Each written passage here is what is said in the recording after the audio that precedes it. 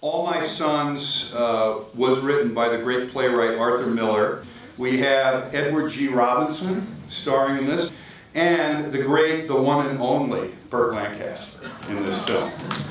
And it gives me great pleasure to introduce our special guest who has a background in film, in the industry, a long history as a teacher, and I'm just thrilled that she's here with us tonight. So please welcome our special guest, Joanna Lancaster.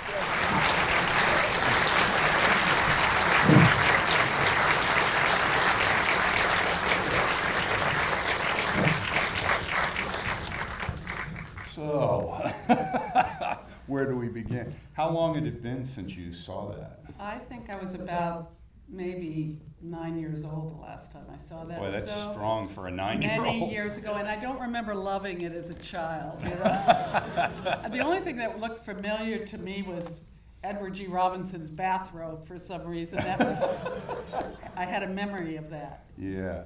I mean, that was really, really intense, and just the power in those scenes between your dad and Robinson. You forget the fact that, Edward G. Robinson and your dad looked absolutely nothing alike as father and son, and absolutely not. But, you believe it, and it's so much bigger than just the story in itself and the timing of it and everything. It's really something. Your dad's politics, he was really a fervent believer in doing what was right and a liberal and all of that. Growing up with him, at what point did you get a sense of what was important to him politically, morally, ethically, and all of that? Well, we were pretty young. We knew, I had a vague awareness of the growing up of the blacklist. This movie was shot before I was born, but sure. But my parents talked about they were both in World War II. My mother was a USO and in the USO, and my dad was a GI, but entertaining the troops over there as well. Right. When I was a little kid, we were I met a lot of important civil rights leaders as a child. Right. Martin Luther King came to our house. I remember the first time I ever saw Marlon Brando. It was at our house for something to do with the civil rights movement. I couldn't tell you what the event was. But. Yeah. Well, I remember Marcia Hunt, I think, on this stage when Dr. King came to raise money for the Southern Christian Leadership Conference, The Logical Place. I said, where did he do this in Hollywood? She said, well, of course it was at Burt Lancaster's house. And your dad hosted Dr. King and so forth. And I think it's really kind of amazing that he was very forthright about this, but yet he also didn't let himself get caught up in this politically, where the witch hunters came after him.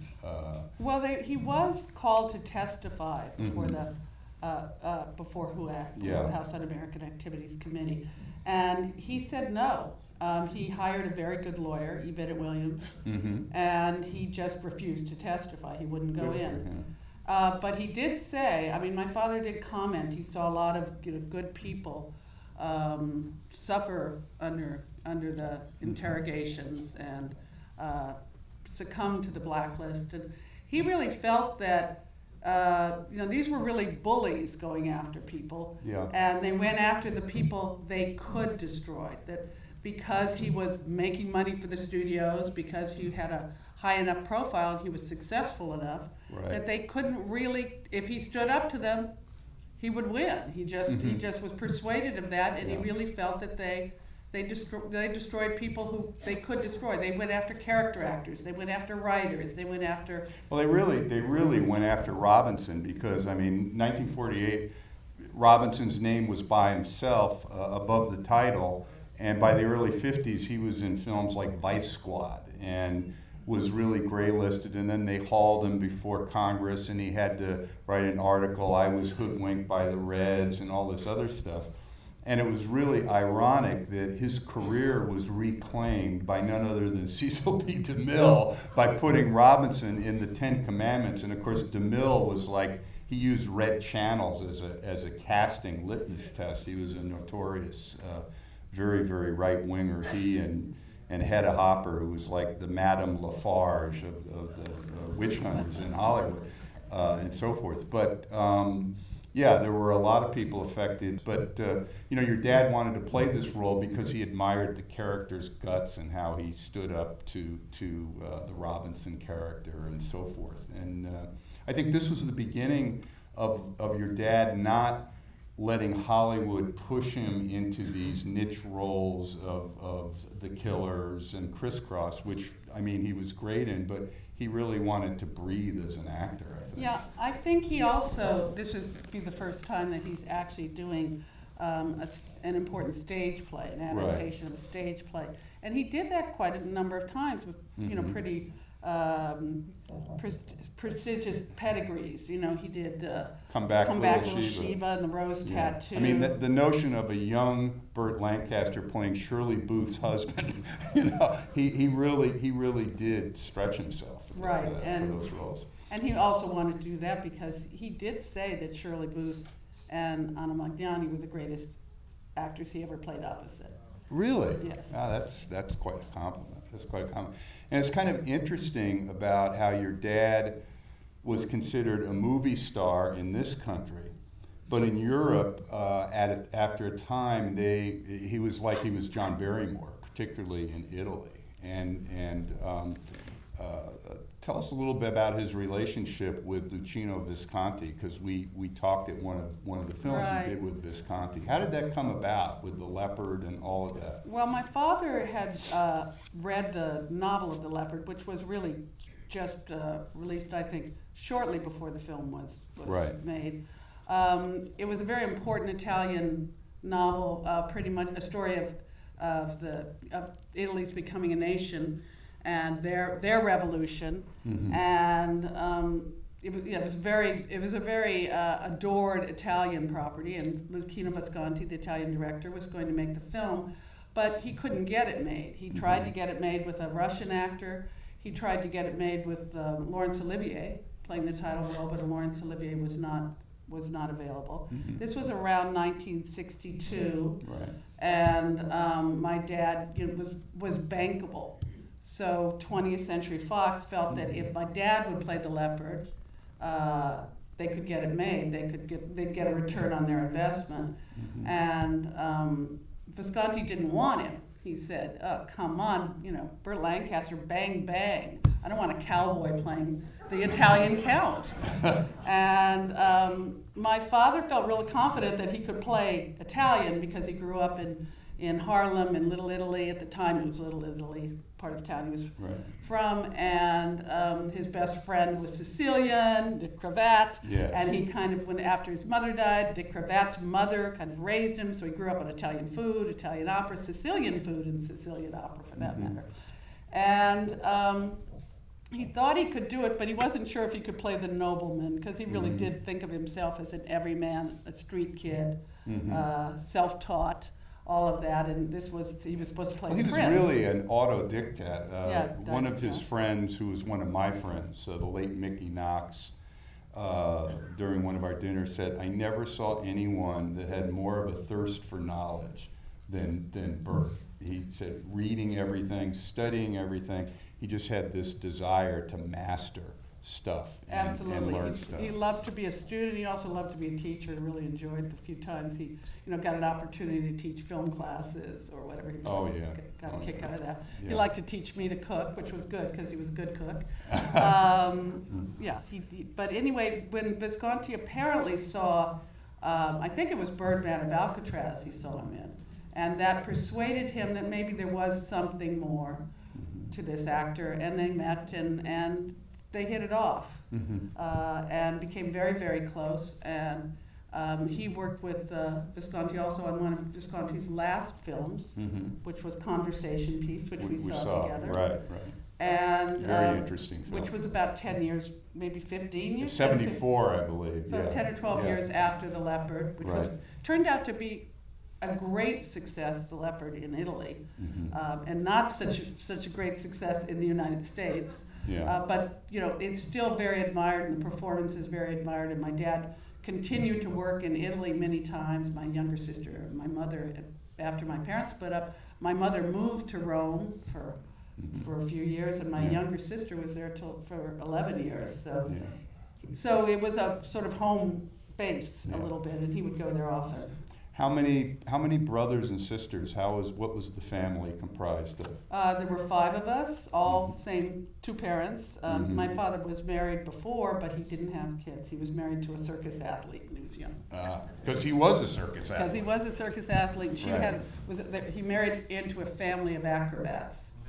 And that was where he met Nick Cravat. Well, no, he met Nick Cravat on the streets of New York. They Oh, were okay, both but even raised before that. in the same neighborhood, and he pretty much lived with Nick after his mother. My dad's mother died when my dad was 15, and his surrogate mother was Nicky's mother. Yeah. Well, for those of you not familiar with Nick Cravat, if you see almost any Burt Lancaster movie after into the 1950s, look for a little short Italian guy who either plays a mute pirate in The Crimson Pirate or a mess cook on Run Silent, Run Deep. He was in all of Burt's films. They were inseparable, and I remember Paul Picherny, and he said he was watching your dad and Nick play handball or something, and they were just both super competitive, and he said they started screaming at each other, and it looked like they were going to get into a fight, and he finally started to intercede, and they turned around and laughed at him and said, well, we're not really going to fight. This is, they were like brothers, right? They were, and Nicky was 5'3", and strong as can be. I mean, I think he and my dad weighed about the same always. And they were an acrobatic team together. So if you see anything like the swashbuckling movies, Nicky and Dad do all their own stunts. In fact, in some cases, stuntmen were known to quit because the stunts were too dangerous, and they would, be pretty much working without a net, doing all these acrobatic flying, parallel bar work and whatever. Trapeze. Somersaults, well, he wasn't in trapeze, actually. Oh, really? My dad was, but Nicky wasn't Nicky in wasn't, trapeze, yeah, I don't think. He might have had a part, Right. and I may not remember that, but he didn't. But your dad, John Frankenheimer said that your dad was like the strongest person he ever saw. And the one thing I always like, one of my favorite Lancaster movies is The Train. And when he filmed that, it's just a terrific movie. And Burt really took that over. He got the first director replaced. He brought in Frankenheimer, with whom he was comfortable. And then he and Frankenheimer basically rewrote the entire script. But your dad apparently was out on the golf course in the middle of this, stepped in a hole and aggravated an old knee injury. So they didn't know what to do because he was really hobbled around, and your dad said, have the Germans wound me and I'll limp through the rest of the picture. And that's exactly what happened, because they have him rolling down hills and doing, and I mean, he was 50 then. He wasn't a kid anymore, but he was incredibly fit. What's his name? The Sweet Smell of Success, Sandy McKendrick. Yes. And your dad really bumped heads on that, apparently, and he said he was having an argument with your dad about something, and it was like across the room, and there was furniture, and he said your dad walked over and leaped over a couch to just land in front of him, confront him. He says it was like having a puma land in front of you. I mean, you're growing up with your dad. He did have a temper. Was he? I mean, were there a few scary moments as a child? Oh yeah, family night, around the Sunday dinner table. It could get a little bit intense every once in a while. You learn, you figure them out after a while. You understand your parents. You know what buttons push them, to their limits and what doesn't. You also know, how to make them laugh. Right. And maybe forget about it every once in a while. I know I had a bit of a mouth on me, and I could get in a little bit of trouble now and again. Apropos of the train, back to politics for one moment. Sure. I know he flew from Paris to Washington, D.C. in the middle of the filming to march on Washington with Dr. King, and then flew back to finish the film. So that was Good for him. another important moment. Yeah.